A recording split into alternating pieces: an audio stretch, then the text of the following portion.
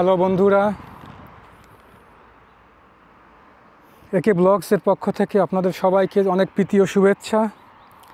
আজকে আমি আপনাদেরকে দেখাবো বিখ্যাত রেডিও আবিষ্কারক মার্কনির জন্মভিটা ও তার সমাধি। এই যে আপনারা দেখতে পাচ্ছেন, এটাই মার্কনির বাড়ি, এখানে মার্কনির সমাধিস্থল রয়েছে। বস্তুত রেডিও শব্দটি এসেছে লাতিন রেডিয়াস শব্দ থেকে, যার বাংলা অর্থ হলো একটি চাকার কথা বা আলোর রশ্মি।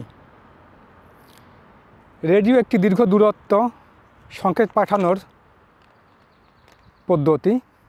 একটি মেশিন যা রেডিও তরঙ্গ পাঠায় এবং আরেকটি মেশিন যা সংকেত পিক আপ করে, তাকে রিসিভার বা অ্যান্টেনা বলা হয়।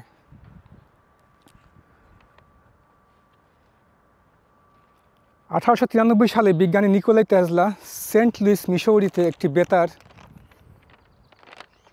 প্রদর্শন করেছিলেন। এই প্রদর্শন সত্ত্বেও এই রেডিও আবিষ্কারের কৃতিত্ব মার্কনিকে দেওয়া হয়, কারণ তখন নিকোলা টেসলা রেডিও আবিষ্কারের প্যাটেন্ট নিতে পারেননি। 1896 সালে ইংল্যান্ডে মার্কনিকে প্রথম বেতারের জন্য প্যাটেন্ট দেওয়া হয়েছিল, যার দরুন রেডিও আবিষ্কারের কৃতিত্ব পুরোটাই মার্কনির অধীনে চলে যায়। এই যে আপনারা দেখতে পাচ্ছেন, এটা হচ্ছে মার্কনির সমাধিস্থল। ঠিক তার বাড়ির সম্মুখভাগেই মার্কনির সমাধিস্থল রয়েছে।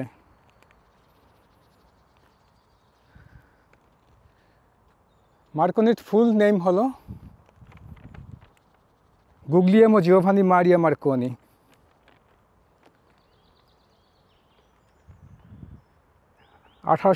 সালের 25শে এপ্রিল ইটালির বোলোনিয়া শহরের এই পন্তেকিও গ্রামে তিনি জন্মগ্রহণ করেন। এখানেই রয়েছে তার বাল্যজীবন এবং কৈশোর জীবন। এখন আমি আপনাদেরকে গুগলিয়েমো মার্কনির বাড়ি সম্পর্কে কিছু বলবো এবং তার বাড়িটাকে ঘুরে ঘুরে আপনাদেরকে দেখানোর চেষ্টা করব। জানি না আমার এই প্রয়াস আপনাদের জন্য সফল হবে কি না, আমি বলতে পারবো না সঠিক। যাই হোক,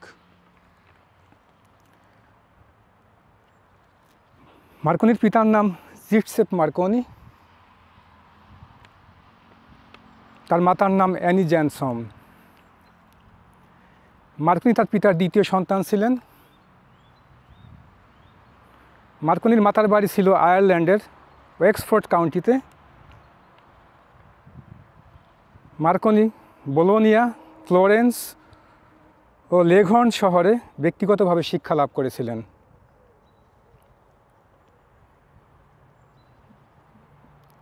এই যে এখানে মার্কনির সমাধিস্থল দেখতে পাচ্ছেন আপনারা।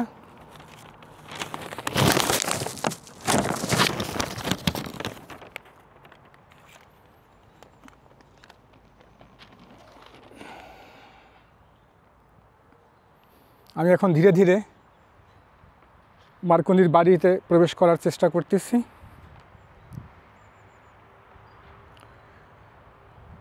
(1890-এর দশকের মাঝামাঝি সময়ে পদার্থবিদরা ইলেকট্রোম্যাগনেট তরঙ্গ অধ্যয়নের যে কৌশলগুলি ব্যবহার করেছিলেন, তার উপর ভিত্তি করে মার্কনি লং ডিস্টেন্স রেডিও আবিষ্কার করেন।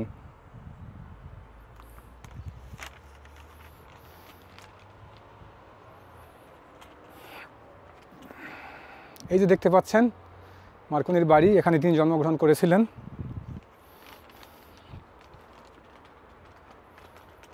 সিঁড়ি বেয়ে উঠতেছি। শারীরিক ও বৈদ্যুতিক বিজ্ঞানে মার্কনির গভীর আগ্রহ ছিল। এই জন্য মার্কনি ম্যাক্সওয়েল হার্টজ, রিকি লস প্রমুখদের কাজ অধ্যয়ন করেছিলেন। 1895 সালে মার্কনি তার জন্মভিটাতে গবেষণা শুরু করেন, যেখানে তিনি 1.5 মাইল দূরত্বে বেতার সংকেত পাঠাতে সফল হয়েছিলেন।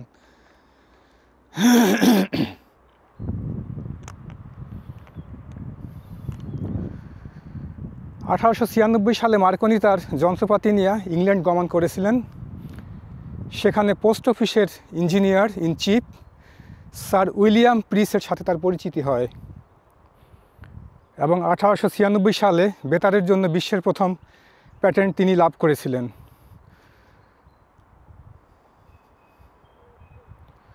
1897 সালের জুলাই মাসে the wireless Telegraph and signal company limited গঠন করেন। একই বছরে মার্কনি ইটালির স্পেসিয়া শহরে 12 মাইল দূরত্বে বেতার সংকেত পাঠাতে সফল হয়েছিলেন।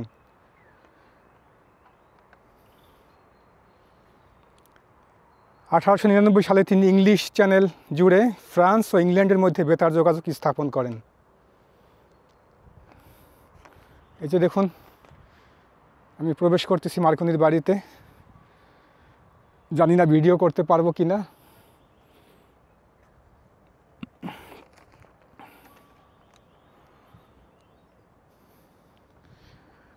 সালে মার্কনি টিউনড বা সিনটনিক টেলিগ্রাফির জন্য তার বিখ্যাত প্যাটেন্ট নাম্বার 7777 লাভ করেন। তিনি তার সিস্টেমটি ব্যবহার করে আটলান্টিক জুড়ে পলধু, কর্নওয়েল অ্যান্ড সেন্ট জনসের মধ্যে 2100 মাইল দূরত্বের মধ্যে বেতার সংকেত প্রেরণ করেছিলেন।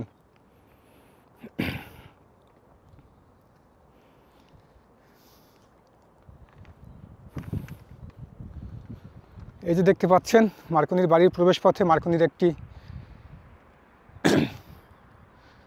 অবয়ব রয়েছে মূর্তি আকারে। দেখুন, এটা হচ্ছে মার্কনির বাড়ি। এখানেই তিনি জন্মগ্রহণ করেন। তিনি তার পিতার দ্বিতীয় সন্তান ছিলেন। এই দেখুন মার্কনির একটি অবয়ব।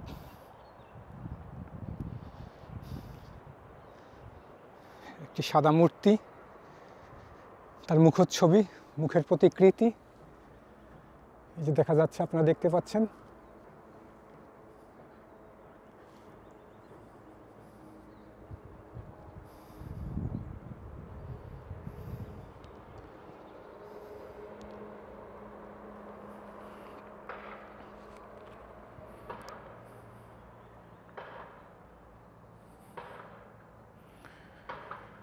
ও 1912 মধ্যে তিনি বেশ কয়েকটি নতুন আবিষ্কারের প্যাটেন্ট লাভ করেছিলেন। এটাই হচ্ছে মার্কনির বাড়ির প্রবেশপথ।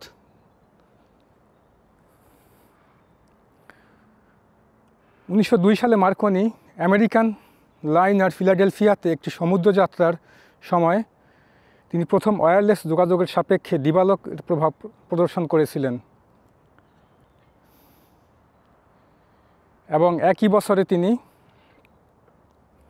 তার চৌম্বক আবিষ্কারের প্যাটেন্ট লাভ করেছিলেন, যা বহু বছর ধরে স্ট্যান্ডার্ড ওয়্যারলেস রিসিভার নামে ব্যাপ্তি লাভ করে। সালে মার্কিন যুক্তরাষ্ট্র ইটালীয় সরকারের মিশনের সদস্য ছিলেন। 1919 সালে প্যারিস শান্তি সম্মেলনে ইটালীয় পূর্ণ ক্ষমতা সম্পন্ন প্রতিনিধি হিসেবে নিযুক্ত হন। 1919 সালে যুদ্ধ সেবার স্বীকৃতিস্বরূপ ইটালিয়ান সামরিক পদক লাভ করেন।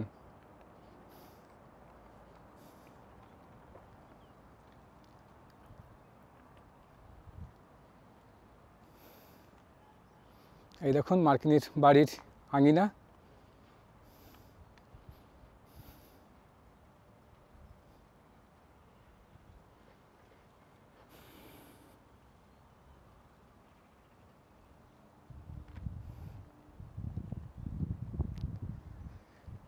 ওই যে একটি টাওয়ার দেখা যাচ্ছে, এই টাওয়ারগুলি মার্কনি ইউজ করেছিলেন তার গবেষণার কাজের জন্য। দেখুন আপনারা, মূলত এই বাড়িতে বসেই তিনি তার গবেষণা শুরু করেছিলেন।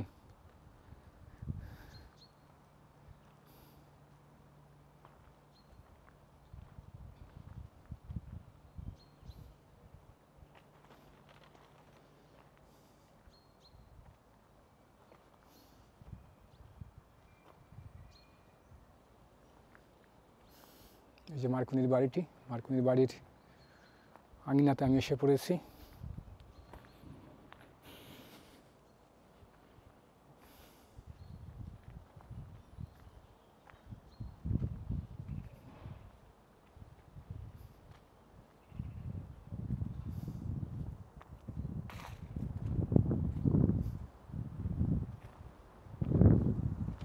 দেখুন, এটা হলো মার্কনির বাড়ি।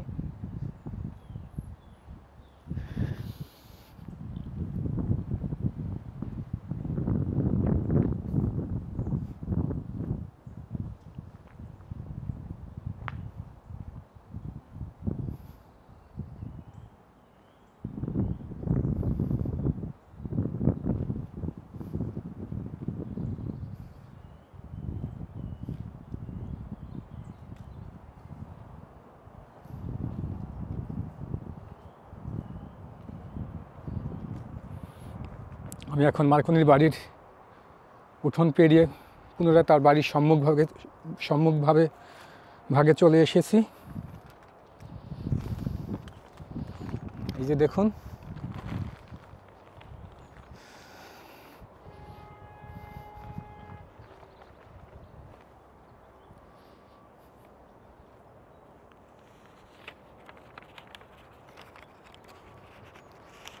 এটাই তার বাড়ির সম্মুখভাগ।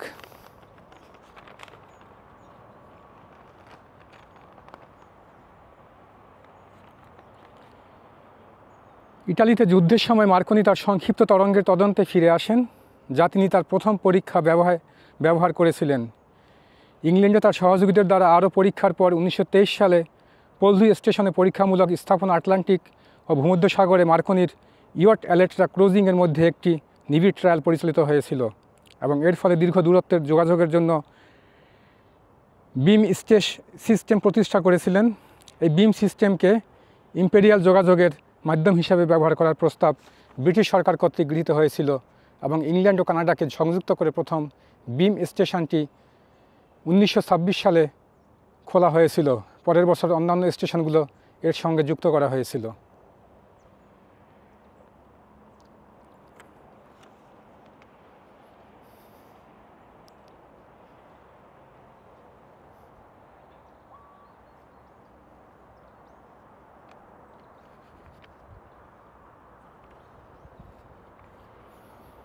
এই যে দেখুন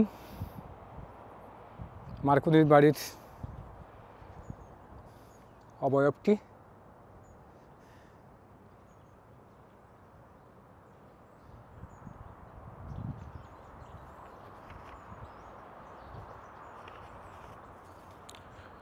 (1931) সালে মার্কনি স্বল্প তরঙ্গের বৈশিষ্ট্য নিয়ে গবেষণা শুরু করেন, যার ফলস্বরূপ 1932 সালে ভ্যাটিকান সিটি অ্যান্ড পোপের গ্রীষ্মকালীন বাসভবন ক্যাস্টেল গান্ডলফের মধ্যে বিশ্বের প্রথম মিক্রোওয়্যার রেডিও টেলিফোন সংযোগ চালু হয়।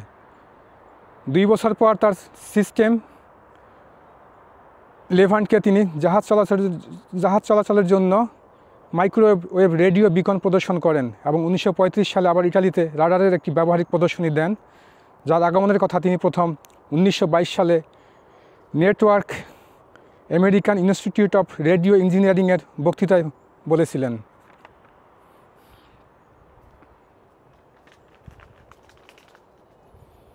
আমি এখন ধীরে ধীরে আপনাদেরকে মার্কনি সমাধিস্থলের দিকে নিয়ে যাব, আপনারা দেখতে পাবেন।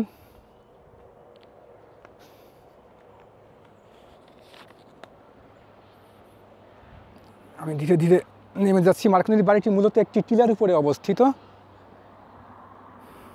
টিলা কেটে সিঁড়ি তৈরি করা হয়েছে ছোট ছোট পাথর বিছিয়ে।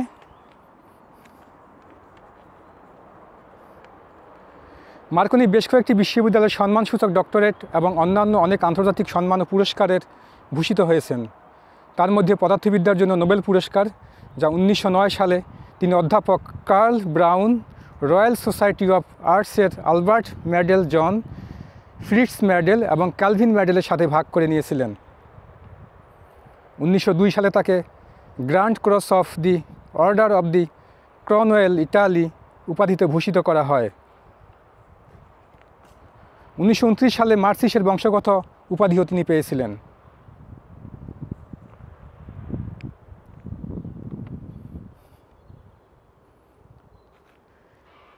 বৈবাহিক জীবনে মার্কনি 2টি বিয়ে করেছিলেন। 1905 সালে বেয়াত্রিস ওব্রায়েন নামের রমণীকে তিনি বিবাহ করেন, কিন্তু 1927 সালে তাদের বিবাহ বিচ্ছেদ ঘটে। এই সংসারে তার একটি ছেলে ও একটি মেয়ে রয়েছে। এই সংসারে তার একটি ছেলে ও 2টি মেয়ে আছে। অবশ্য 1927 সালে এই বিবাহ বিচ্ছেদ ঘটে এবং ওই একই বছরে তিনি বেসসি স্কালি নামে এক রোমান রমণীকে বিবাহ করেন। এই সংসারে তার একটি মেয়ে জন্মগ্রহণ করে।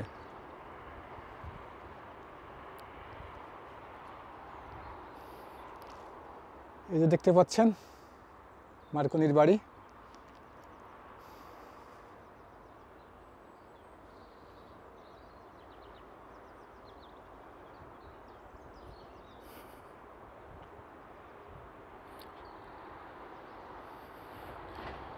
সত্যি রেডিও আবিষ্কারটা ছিল মার্কনির একটা যুগান্তকারী আবিষ্কার,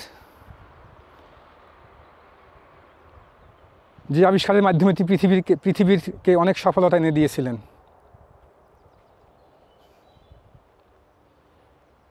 এই যে এখন আপনাদেরকে মার্কনির সমাধিস্থলের দেখাতে নিয়ে যাচ্ছি আমি, ঠিক তার বাড়ির সম্মুখভাগে রয়েছে সমাধিস্থলটি।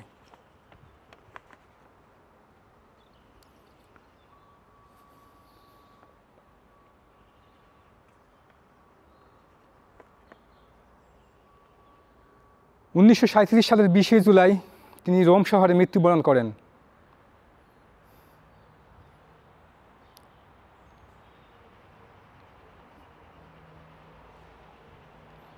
এই যে দেখতে পাচ্ছেন মার্কনির সমাধিস্থল, এই দেখুন।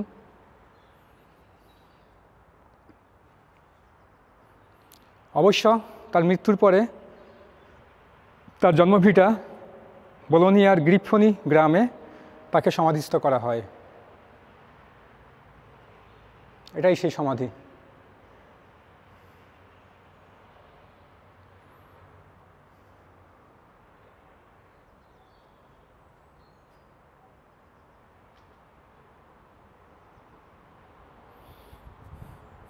আশা করি বন্ধুরা আমাদের ছোট্ট প্রয়াস মার্কনি সম্পর্কে কিছু বলা এবং তার জন্মভিটা দেখানোর যে উদ্যোগটা আমার, আশা করি আপনাদের সবার কাছে ভালো লাগবে।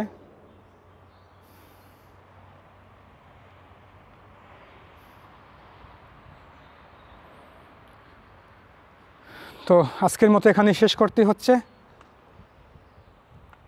পরবর্তী ভিডিওতে আপনাদের সঙ্গে আবার দেখা হবে। সেই পর্যন্ত সবাই ভালো থাকুন, সুস্থ থাকুন।